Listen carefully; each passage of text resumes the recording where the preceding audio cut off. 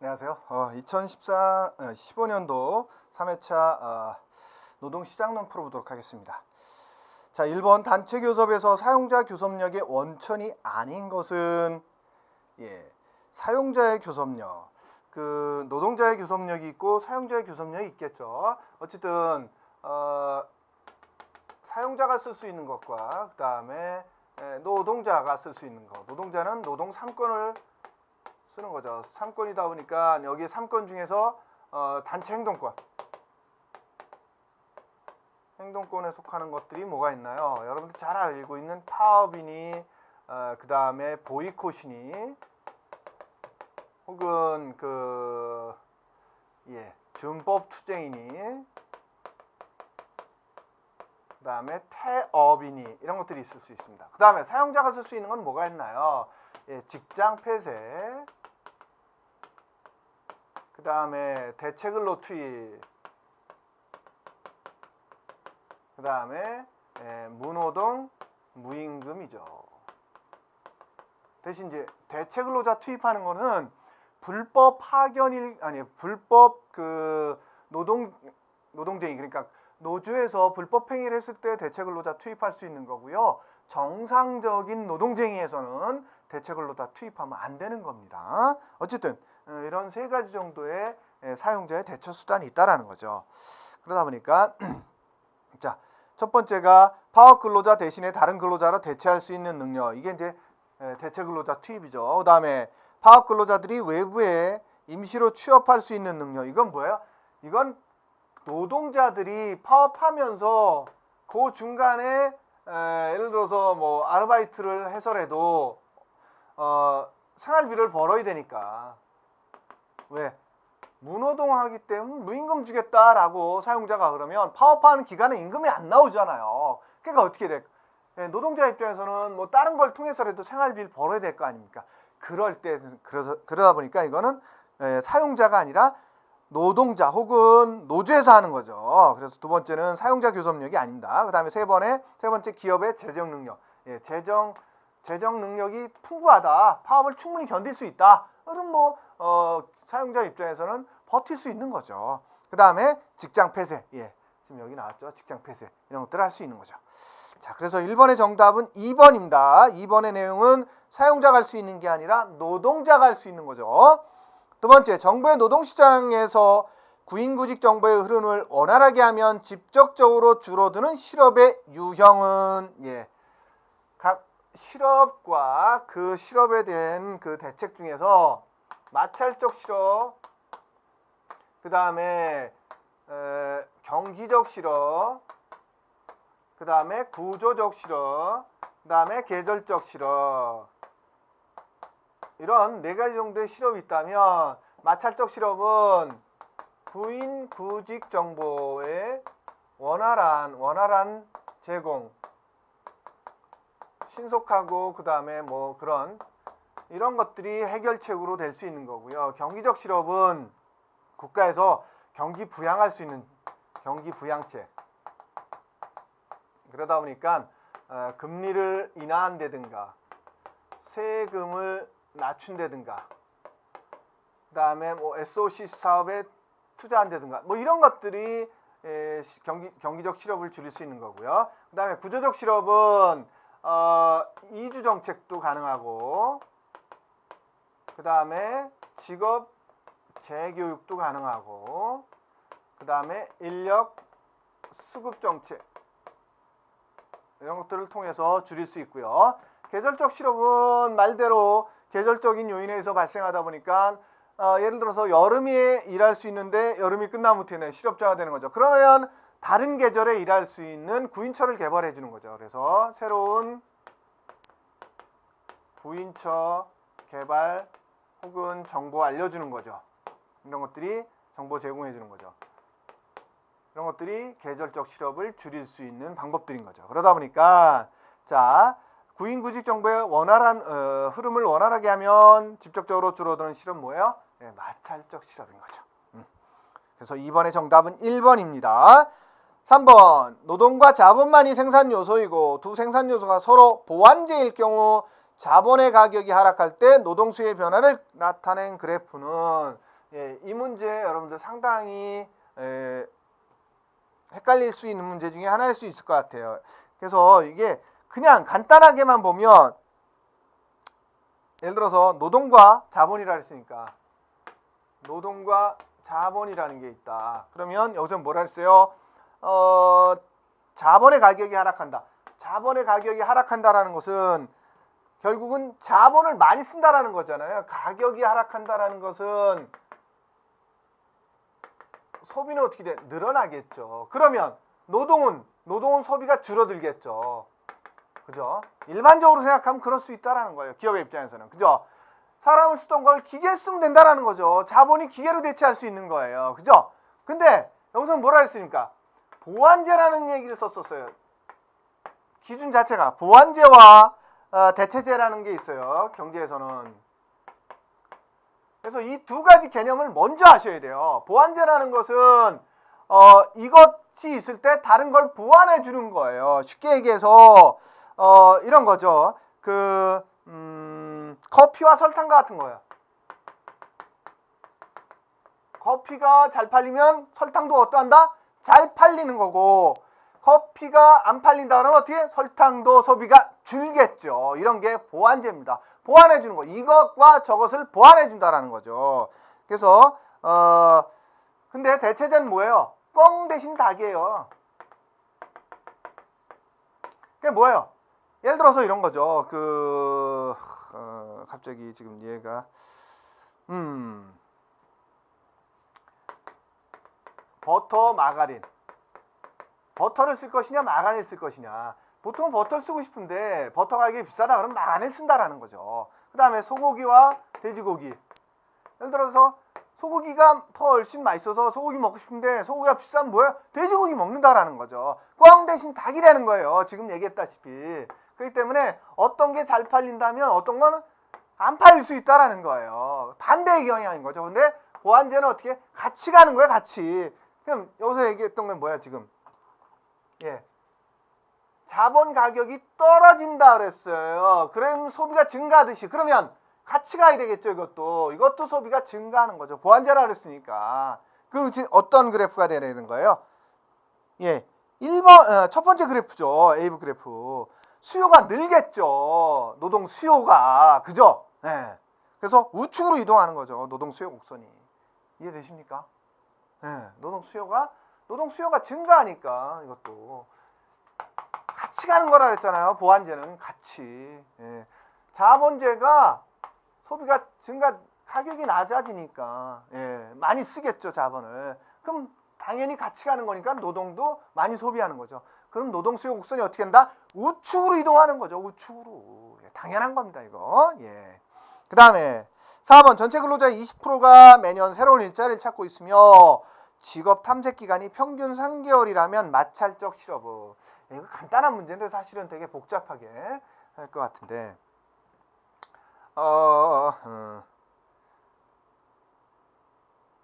마찰 실업률 구하는 거죠. 실업률 구하는 건데 근로자의 20%가 매년 새로운 일자리를 찾고 있대. 20%가 찾고 있다라는 거죠. 20%가 찾는데 얼마나 걸린다? 그 실업 기간이 사람 직업 구하는 기간이 얼마나 그러니까 실업을 해소하는 기간이 얼마나 3개월이 걸린다. 3개월은 여기 개월로 가는 게 아니라 이건 뭐예요? 연간이라 그랬어요. 전체 근로자가 매년 일자리를. 이거는 연간이에요. 근데 이거는 개월수로 그것도 연으로 바꿔야 되겠죠. 12분의 3으로. 네, 그럼 뭐예요? 12분의 6이 되는 거죠. 그래서 5%입니다. 5%. 0.6이네요. 곱하면. 그죠? 자, 다음은 자발적 노동 이동에 따른 순이익의 현재 가치를 결정해주는 요인이 아닌 것은 그래서 이 회사에 있다 다른 회사로 옮겨갔을 때 내게 얼마나 큰 이익이 발생하느냐 이런 것들을 얘기해 주는 게 노동 이동에 대한 순이익의 현재 가치를 할인해 준다라는 표현을 써요. 그래서 그럴 때 어떠한 요인들이 결정을 하냐면 몇 가지 요인들이 있어요. 그래서 노동 이동에 대한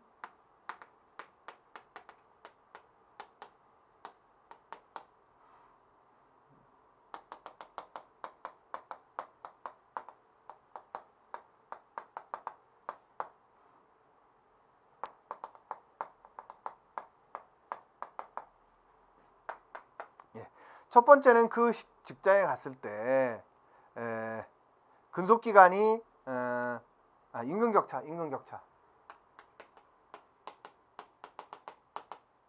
예를 들어서 내가 현재는 A 직장에 있는데 이걸 B 직장으로 옮긴다 그럴 때 A보다 B가 임금이 훨씬 높다. 그럼 가겠죠, 당연히. 그죠? 그러니까 노동 이동이 되는 거죠. 두 번째는 근속기간입니다. 예.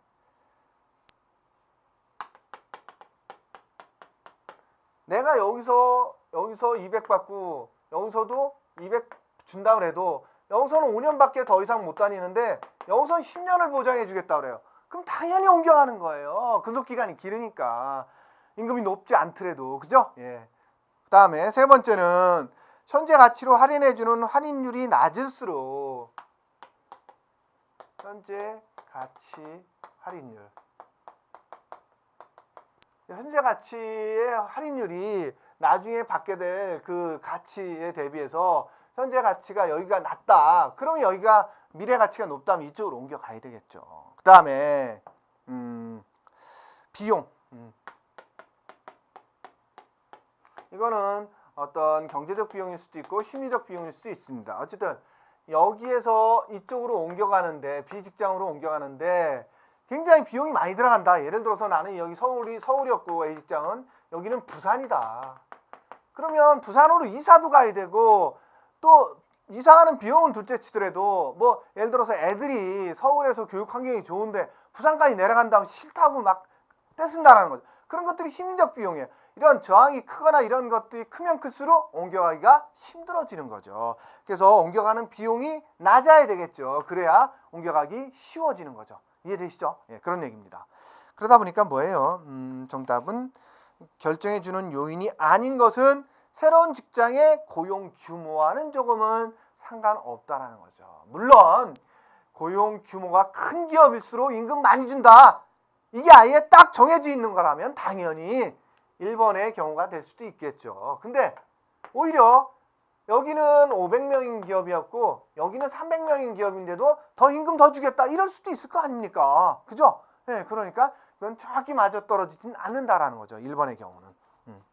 다음에 6번 보상적 임금 격차를 발생시키는 요인이 아닌 것은 해서 자, 임금 격차를 발생시키는 요인은 크게는 두 가지 요인들이 있는 거죠. 그래서 그 경쟁 여기 보상적 임금 격차를 얘기한 거구나. 보상적 임금 격차 아담 스미스가 얘기했던 그 임금 격차 발생 요인 중에 하나가 이제 보상적 임금 격차였던 거죠.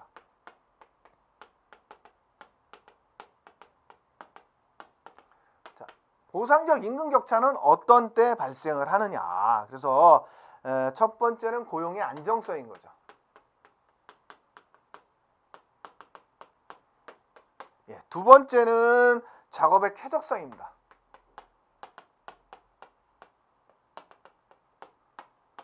예, 세 번째는 교육훈련 비용에 교육훈련 비용이 많이 드느냐 적게 드느냐 그래, 여부죠 여부. 그 다음에 네 번째는 네 번째는 책임이에요.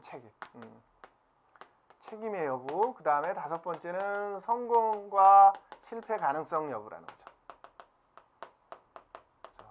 이 다섯 가지 요인에 의해서 보상적 임금 격차라는 것이 발생한다. 그래서 쉽게 얘기해서 고용이 안정된 사람은 적게 받아도 오랫동안 일하니까 상관없는데 불안정한 사람은 불안정한 만큼 많이 받아야 된다는 거죠. 그래서 임금 격차가 발생한다. 이런 얘기가 보상적 임금 격차였다는 거죠. 그래서 이런 다섯 가지 요인에 의해서 발생한다.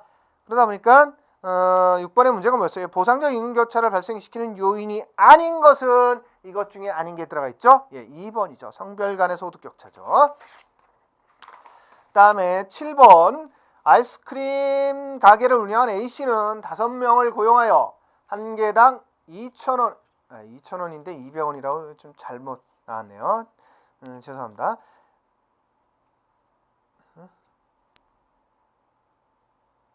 예, 2,000원이죠. 2,000원에 판매하고 있으며 시간당 12,000원을 임금으로 지급하면서 이윤을 극대화하고 있다. 만일 아이스크림 가격이 3,000원으로 오른다면 현재 고용 수준에서 노동의 한계 생산물 가치는 시간당 얼마이며 이때 이 시는 노동의 투입량을 어떻게 변화시킬까? 자, 이 문제의 핵심은 그겁니다. 여러분들 완전 경쟁 시장일 때 기업의 이윤 극대화를 이루는 최적의 고용량, 완전 고용 시장에서 기업의 이윤 극대화를 이루는 최적의 고용량. 예, 이거 제가 본문하면서 굉장히 강조해서 말씀드렸습니다. 뭘 기억해라? 예, W는 뭐다? VNPL이다. 예. 그래서 또 다른 말로 표현했을 때 VNPL을 뭘로 표현할 수 있다? P 곱하기 NPL로 표현할 수 있다라는 거죠. 결국은 이거예요. W가 이럴 때와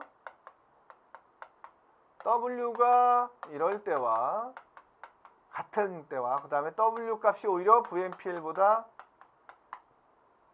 높을 때 1과 2와 3일 때는 어떻게 할 것이냐라는 거죠. 그래서 이럴 경우에는 임금보다 근로자가 만들어내는 가치가 더 높을 때는 기업의 입장에서 좋은 거야. 내가 100원 주는데 근로자가 120원의 몫을 해주고 있어. 아, 이거 반가운 거야. 정말. 좋은 거예요, 기업의 입장에서. 그럴 때는 고용량을 늘려야 돼요. 언제까지? 요때까지. 다음. 근데 근로자가 만들어내는 가치는 90원인데 나는 지금 100원을 주고 있단 말이야. 그럼 사용주 입장에서는 안 좋은 거예요. 그래서 이때는 고용량을 줄여야 돼. 언제까지? 여기에 맞는 수준 때까지. 예. 그래서 여기에서 결정하라는 거예요, 사실은.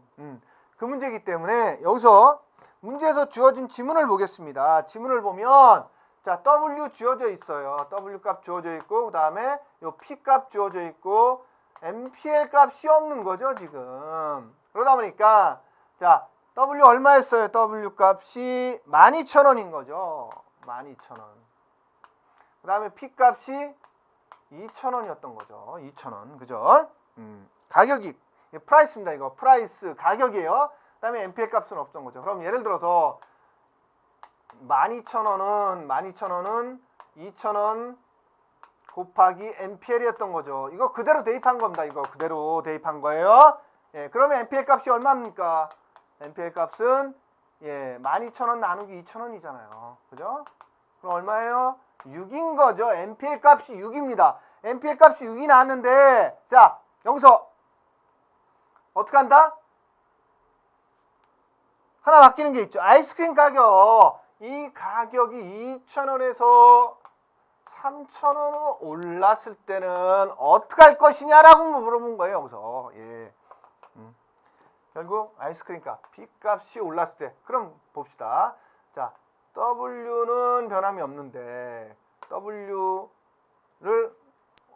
뭐 이게 됐든 이게 될 수도 있겠죠. 어쨌든 봅시다. 계산해 보면 NPL 값이 나와 있고 P 값이 나왔어요. P 곱하기 NPL은 얼마냐 이거죠.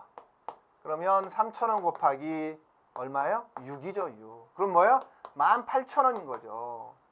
그럴 때 이 W 값이 지금 얼마예요? 12,000원이라고 그랬잖아요. 그럼 이게 어떻게 된 거야? 이렇게 된 거죠. 그럼 어떤 경우에? 이 경우인 거잖아요. 이 경우. 이해되십니까? 이 경우. 1번의 경우니까 어떻게 한다? 18,000원이면서 고용량을 어떻게 한다? 늘린다라는 거예요. 예. 그래서 정답은 뭐다? 2번이라는 얘기죠. 예. 다음은 8번. 다음은 무엇에 대한 설명인가? 노동조합 가입에 대한 강제 조항이 없는 경우 비조합원은 노력 없이 노조원들의 조합 활동에 따른 혜택을 보게 된다. 따라서 노동조합은 혜택에 대한 대가로 비노조원들에게서 노동조합비에 상당하는 금액을 징수한다라는 거죠. 그래서 비조합원도 노동조합에 가입하지 않고 조합비만 내고 노동조합의 혜택을 받는 거. 이게 뭐죠? 에이전시합이잖아요. 그죠? 클로즈샵은 뭐죠? 예, 아예 노동조합원이 아니면 채용 자체가 불가능한 거. 그다음에 유니언샵은 그러니까 채용될 당시에는 조합원 여부가 상관없으나 일정 기간이 지나면 반드시 노조에 가입하는 게 유니언샵인 거죠. 그다음에 메인터넌스 샵은 메인터넌스 멤버스 샵이라고도 하죠. 그래서 조합원 우대 제도인 거죠. 그래서 그 조합원에 대해서 우대를 해주는 거죠. 그 다음에 9번 실질적인 임금 상승률을 계산하는 데 적합한 방식은 명목 임금 상승에 대비해서 소비자 물가 상승률을 나눠준 값입니다. 이게 실질 임금 상승률입니다. 이건 뭐 그대로 공식대로 알아두시면 될 것 같고, 그 다음에 10번 노동조합 조직 부분과 비조직 부분 간의 임금 격차를 축소시키는 효과를 바르게 짝지은 것은 요거 이제 노사관계론 쪽에서 이제 가끔씩 이제 출제 빈도가 높아지는 문제 중 하나가 이건데요. 자, 노동조합에 따른 임금 효과예요, 효과. 첫 번째 이전 효과 혹은 해고 효과라고도 하는 거가 있고, 두 번째 위협 효과라는 것도 있죠. 세 번째 대기 실업 효과. 이 세 가지 효과가 있다라는 거죠. 예. 그래서 첫 번째 이전 효과는 뭐냐면 노조가 만들어진 회사가 있고 그렇지 않은 회사가 있어요. 비노조가 회사가 있어요. 그럴 때 노조가 만들어짐으로 해서 그 회사 입장에서는 인건비가 상승하니까 어떤 식으로든 간에 인건비를 상쇄시키기 위해서 근로자를 조금 내보내려고 노력한다는 거죠. 해고하려고. 그러다 보니까 여기서 해고된 근로자가 어디로 가요? 이쪽으로 몰려가는 거죠. 그러다 보니까 여기도 이미 일하고 있는 사람들이 있었어요. 근데 밖에서 와가지고 나 좀 취업시켜줘요. 그보다 적은 임금에서 일할게요. 막 이러는 거예요. 그러니까 이 회사 입장에서는 어떻게 돼? 임금을 낮추는 거죠. 그래서 이로에서 발생하는 거는 임금 인하가 발생을 한다. 두 번째 위협 효과는 뭐냐? 이건 별개 현상인 거죠. 비노조의 사장이 다른 회사에서 노조가 만들어지는 걸 보고 위협을 받은 거야. 우리 회사에도 노조가 만들어지면 골치 아파지겠다 해가지고 위협받아서 알아서 올려주는 거야. 야, 니들 노조 만들지 않아도 내가 임금 인상 알아서 올려줄 테니까 노조 만들지 마라 하면서 그냥 알아서 올려주는 거야. 그러다 보니까 이 효과로 인해서는 임금이 인상이 된다. 네. 그 다음에 대기실업 효과는 또 뭐냐? 항상 임금에 있어서는 노조가 있는 회사가 노조가 없는 회사보다 임금이 높더라는 거죠. 그러니까 근로자 입장에서는 어떻게 한다? 예, 여기를 퇴직을 해서 어디로 간다? 노조가 있는 회사랑 몰려간다라는 거죠. 근데 몰려가면 뭐합니까? 여기 있는 근로자 입장에서는 임금이 높기 때문에 나가려고 들어요? 안 나가려고 들어요? 안 나가려고 든다라는 거죠. 그러다 보니까 여기에 가서 대기하고 있는 거예요. 실업 상태로. 그러다 보니까 여기는 어떻게 해요? 자꾸 사람이 빠져나가니까 어떻게 한다? 이 회사 입장에서는 빠져나가지 못하도록 하기 위해서 임금을 올려주는 거예요. 그래서 여기서는 임금 인상이 발생한다라는 거죠. 어디가? 이게 비노조 부분이. 어차피 여긴 노조가 만들어진 거니까 이 노동조합에 만들어짐으로 해서 다른 곳에 임금 효과를 어떻게 영향을 미치느냐 이 얘기를 하는 거예요. 아시겠죠? 그러면 비노조 회사에 그러니까 문제가 뭐였어요? 아니 어쨌든 이런 세 가지 효과로 여기는 임금 인상이 발생하고 이전 효과로 인해서는 그 다음에 위협 효과로 인해서는 임금 여기 인하였고 인상이고 그 다음에 대기 실업 효과로도 임금 인상이 발생한다라는 거예요. 자, 문제는 노동조합 조직 부문과 비조직 부문 간의 임금 격차를 해소한다. 여기 노조가 발생하기 때문에 임금이 올라갔을 거 아니에요. 그러면 여기도 같이 따라 올라가면 임금 격차가 줄어드는 거죠. 그렇지 않고 이게 더 내려간다 그러면 어떻게 더 벌어지는 거잖아요. 그죠? 그랬을 때 임금 인상이 발생한 격차가 해소되는 거죠. 그럼 이 두 가지 효과겠네요. 그죠? 자, 그럼 정답은 뭘까요? 예, 2번이네. B와 C죠. 위협 효과, 대기 실업 효과. 그죠? 예. 다음 11번. 단체 교섭에서 식세 이론에 대한 설명으로 틀린 것은 노사 양측이 수락하는 임금 수준은 그 임금 수준에 도달하기까지 필요한 파업 기간의 함수이다. 그렇죠. 예. 힉스가 얘기한 파워크선을 한번 그려볼게요. 힉스가 얘기했던 거는 이런 거죠. 그래서 이게 뭐예요? 이게 노동조합의 저항국수. 이거는 사용자의 양보국수.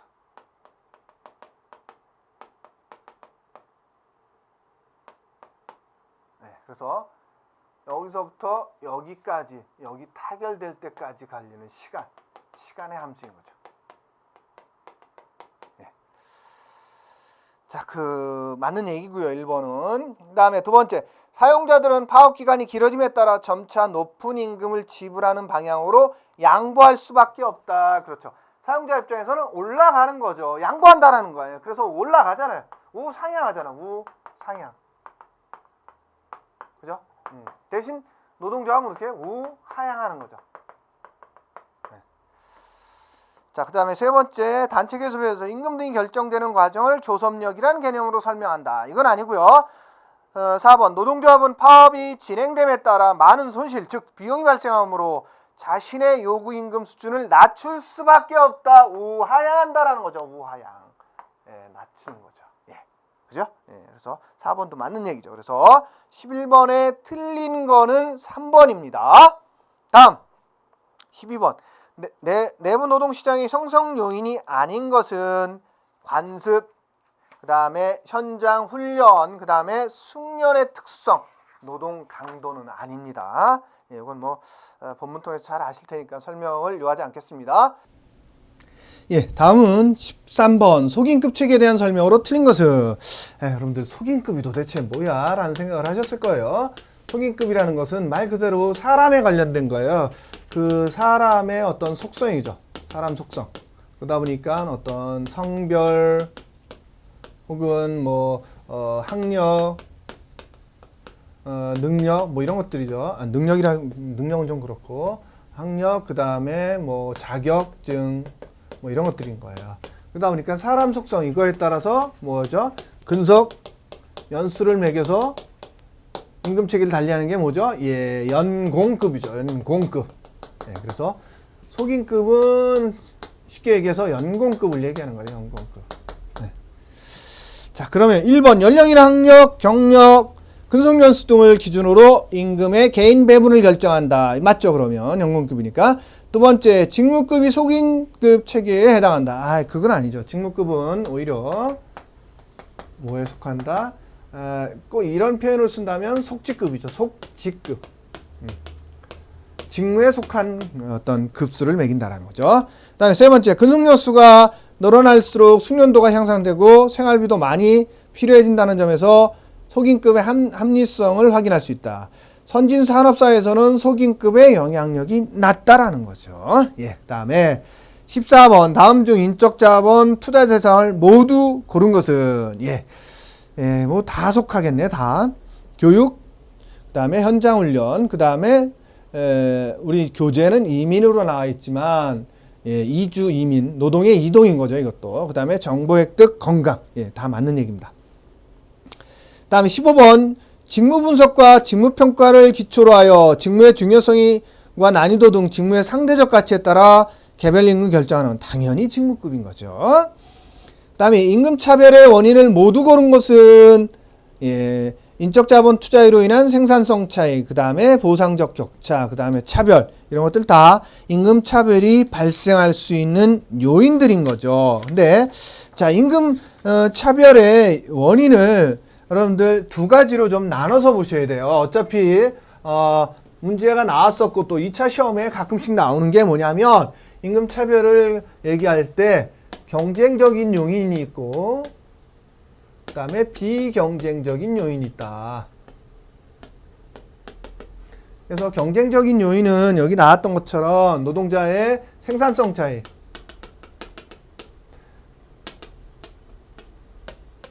두 번째 임금 보상 격차,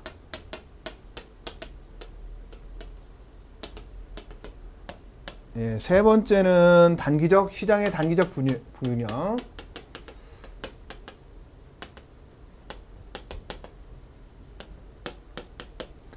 네 번째는 인적 자본량의 차이라는 거죠. 얼마나 더 많이 가지고 있느냐, 얼마나 더 배웠느냐, 자격증이 얼마나 더 높은 걸 갖고 있냐, 이런 것들이죠.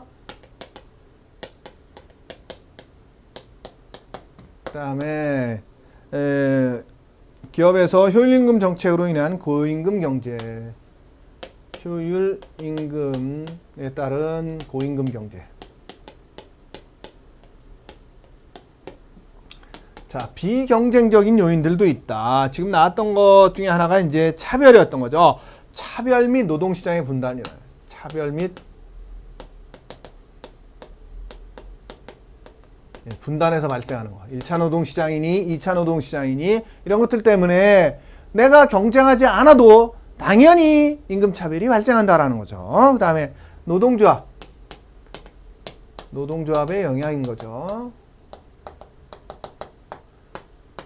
그 다음에 세 번째는 독점기업의 이윤 재배당이다.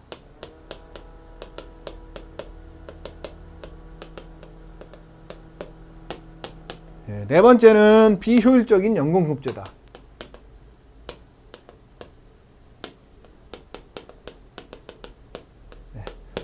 이렇게 경쟁적인 요인과 비경쟁적인 요인, 임금격차를 발생시키는 임금격차. 그래서 두 가지를 좀 다 알아두시길 바랍니다. 다음은 17번 경기 침체 시 일자리를 찾게 될 확률이 낮아져 구직을 포기하는 사람들이 늘어나 경제활동 인구를 감소시키는 효과는 뭐예요, 여러분들? 이거 뭐 이제는 잘 아시죠? 실망 노동자 효과죠. 그래서 인구, 노동 가능 인구, 비노동 인구, 그 다음에 노동 가능 인구를 다시 경제활동 인구, 비경제활동 인구로 나눴을 때 그 비경제활동 인구에서 경제활동으로 올라가는 것을 부가노동자 효과라고 하고요. 경제활동 인구에서 비경제활동 인구로 내려와 버리는 것을 실망노동자 효과라 한다. 그러다 보니까 실망노동자 효과로 인해서는 경제활동 참가율이 낮아지고 부가노동자 효과로 인해서는 경제활동 참가율이 높아지는 거죠. 아시겠죠? 예. 그 다음에 18번 생산 요소에 대한 수요를 파생 수요라 부르는 가장 적합한 것은 생산 요소에 대한 수요를 파생 수요. 왜? 어디에서 파생되느냐 이거죠. 노동 수요는 그냥 기업에서 사람들 데려다가 아유 너 고생했으니까 돈 줄게 집에 가. 그리고 나서 물건만 만들어 놓는데 그냥 쌓아놓기만 하고 아무런 일도 안 한다. 그러면 자선사업하는 거죠. 결국은 기업에서 무언가를 생산해낸다는 건 생산하기 위해서 이제 뭐가 필요한 거예요? 노동자가 필요한 거죠. 이게 이제 노동수요인 거죠. 생산을 무엇 때문에 한다? 시장에 내다 팔기 위해서 하는 거예요.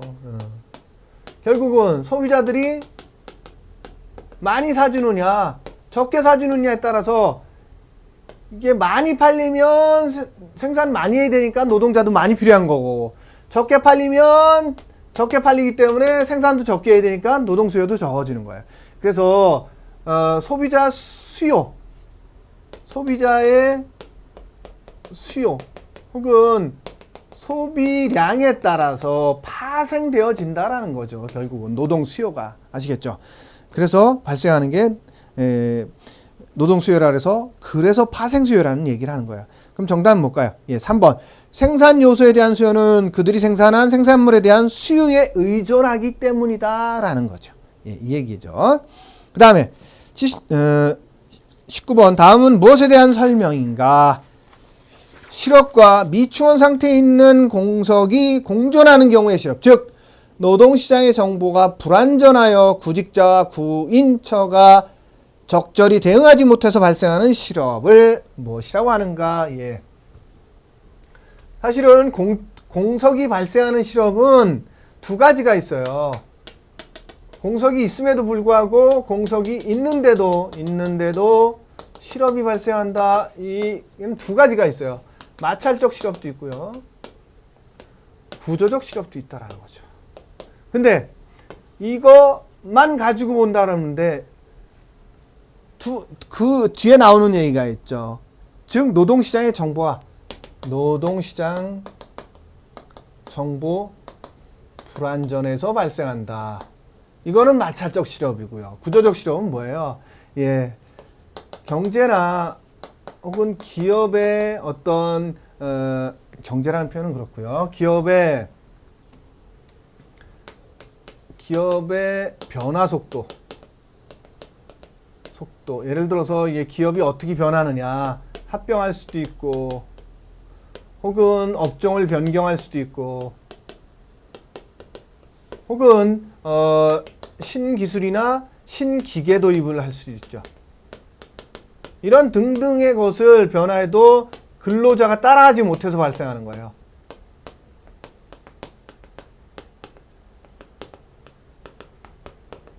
이게 구조적 실업입니다. 그러다 보니까 공석이 있음에도 발생하는 실업, 요것만 갖고는 이 두 가지인데 그 뒤에 나오는 얘기를 보면 여기는 마찰적 실업이라는 거죠. 다음 20번 내부 노동시장의 형성 요인이 아닌 것은 내부 노동시장이 형성되면 어떤 것들이 발생해요? 장기 근속할 수 있죠. 내부 노동시장에는 내부에 있는 사람들을 키워서 올려주는 거잖아요. 그죠? 그 다음에 유계적 직무 서열이 가능하다는 거죠. 그 다음에 기능의 특수성에 대해서도 형성 요인이 될 수 있죠. 근데 기술 변화에 따른 산업 구조의 변화, 이게 기술이 굉장히 많이 변하고 있고 뭐 굳이 우리 아니더라도 그 기술을 습득한 사람들을 밖에서 데려올 수 있는 가능성이 크다. 그러면 내부 노동 시장을 형성할 필요가 없다라는 거죠. 그래서 20번의 정답은 1번입니다. 자, 이렇게 해서 노동 시장론도 모두 마쳤습니다. 여러분들 수고 많으셨습니다.